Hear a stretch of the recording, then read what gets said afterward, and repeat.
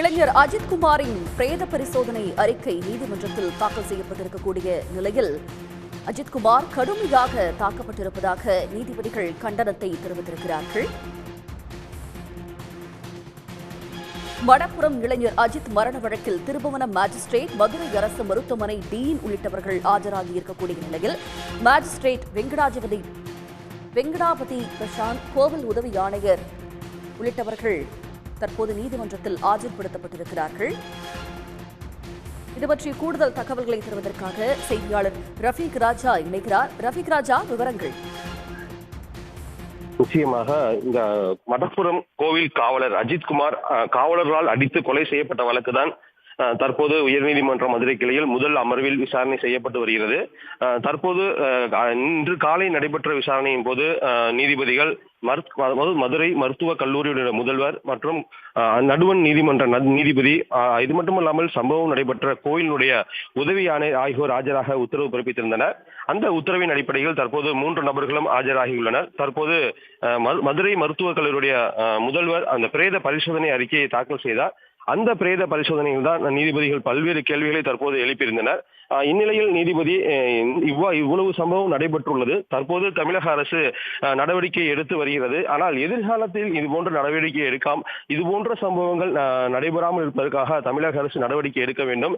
தற்போது தமிழக அரசு நடவடிக்கை எடுத்து வருகிறது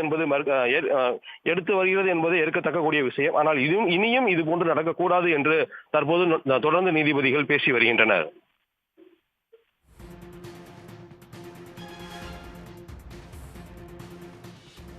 இந்த வழக்கில் நீதிபதிகள் என்னென்ன கேள்விகளை முன்வைத்திருக்கிறார்கள், அது பற்றிய தகவல்களையும் சொல்லுங்க ரஃபீக் ராஜா. நிச்சயமாக இந்த வழக்கை பொறுத்தவரை இன்று காலை நடைபெற்ற விசாரணையில் நீதிபதிகள் முக்கியமாக 2 கேள்விகளை கேட்டிருந்தனர். இந்த வழக்கு என்பது சாதாரண திருட்டு வழக்கு. இந்த வழக்கை உடனடியாக சிறப்பு புலனாய்வு விசாரணைக்கு மாற்றியது யார், மாற்றக்கூடிய அளவிற்கு அழுத்தம் கொடுத்தது யார், இது அவ்வளவு முக்கியத்துவம் வாய்ந்த வழக்கா என்று கேள்வி எழுப்பியிருந்தனர். அது மட்டுமல்லாமல் விசாரணை என்பது காவல் நிலையத்தில் வைத்து விசாரணை நடத்தியிருக்கலாம். குறிப்பாக இந்த சம்பவத்தில் ஈடுபட்டவர்கள் மீது ஏற்கனவே எந்த குற்றமும் பின்னணியில் இல்லை. எனவே சாதாரண ஒரு நபரை எளிமையாக விசாரணை நடத்தியிருக்கலாம். அவ்வாறு இல்லாமல் சிறப்பு புலனாய்வு கொடுத்து அவர்கள் அழைத்து சென்று பல்வேறு இடங்களில் அடித்து துன்புறுத்தி ஒரு இறப்பை ஏற்படுத்தி உள்ளனர். இது ஏற்கத்தக்கது அல்ல. இது மிகப்பெரிய ஒரு கொடூரமான குற்றம் என்று பல்வேறு கருத்துக்களை தெரிவித்திருந்தனர். ஆனால் அரசு தரப்பில் உடனடியாக, அதாவது தவறு செய்தவர்கள் யாராக இருந்தாலும் நிச்சயம் சட்டப்படி நடவடிக்கை எடுக்கப்படும். அதன் அடிப்படையில் காவலர்கள் 5 நபர்கள் கைது செய்யப்பட்டு சிறை காவலுக்கு அனுப்பப்பட்டுள்ளனர். அது மட்டுமில்லாமல் சம்பந்தப்பட்ட காவல்துறை கண்காணிப்பாளர் உடனடியாக காத்திருப்போர் பட்டியலுக்கு மாற்றப்பட்டுள்ளார். அதே போல தற்போது துணை கண்காணிப்பாளர் பணியிடை நீக்கம் செய்யப்பட்டுள்ளார் என்ற பல்வேறு கருத்துக்களை பதிலறிக்கையாக தமிழ்நாடு அரசினுடைய கூடுதல் தலைமை வழக்கறிஞர் அஜ்மல்கான் தொடர்ந்து தெரிவித்து வருகிறார்.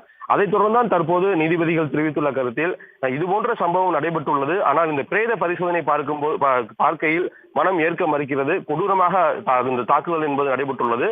சம்பந்தப்பட்ட நபர் மீது பல்வேறு இடங்களில், அதாவது ஒரு இடம் கூட இல்லாமல் பல்வேறு இடங்களில் கண்மூடித்தனமாக காவலர்கள் தாக்குதலில் ஈடுபட்டுள்ளனர். ஆனால் தற்போது தமிழக அரசு சம்பந்தப்பட்ட நபர்கள் மீது நடவடிக்கை எடுத்து வருகிறது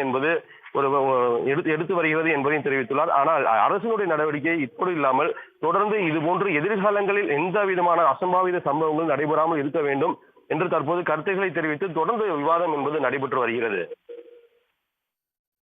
தங்களுடைய விவரங்களுக்கு நன்றி ரஃபீக் ராஜா. உடனுக்குடன் செய்திகளை தெரிந்து கொள்ள சன் நியூஸ் பெல் ஐகானை கிளிக் பண்ணுங்க.